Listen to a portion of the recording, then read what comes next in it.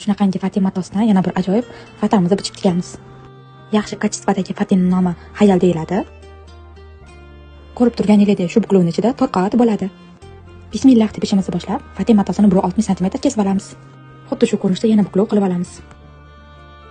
Videoda ko'rsatilgandek 75 cm dan o'lchab, aylana konsumo shaklga keltirib chiqaramiz.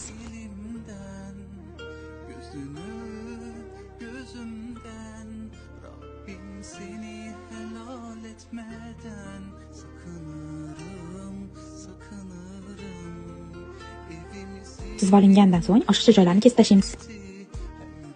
Shunaqa qilib kesib olganimizdan so'ng ikkita pata chiqadi. Sababi xayolimizda eni 3 metrdan iborat bo'ladi.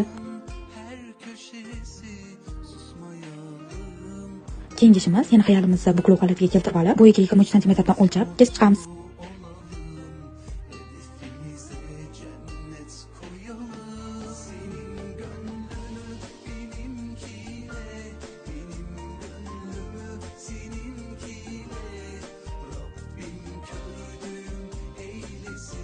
Bir nechta kesib olganimizdan so'ng tikish mashina yordamida zborkaga terib olamiz. Zborkaga terish oson usulini aytib ketaman. Oddiy blokkani videoda ko'rsatilgandek blokkani ichiga qo'yib olamiz. Bu jarayon bizga bir xilda zborkaga terishimiz uchun yordam beradi. Mana ko'rib turganingizdek ham tez, ham bir xil o'lchamda yaxshi sifatli qilib zborkaga tortib beradi.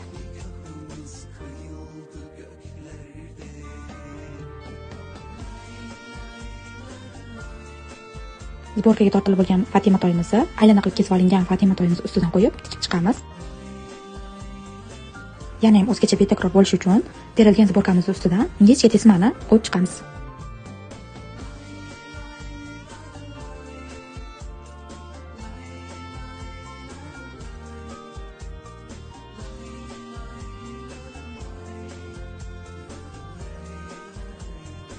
O'zgacha bir nafis, chiroyli fatamiz ham bitdi. Shu video uchun 10 ballik sistemadan necha baho bergan bo'lar edingiz? Kommentariyada fikrlaringizni yozib qoldiring. Narxini bilish uchun esa direktga yozing. Butun O'zbekiston bo'ylab yetkazib berish xizmatimiz ham bor.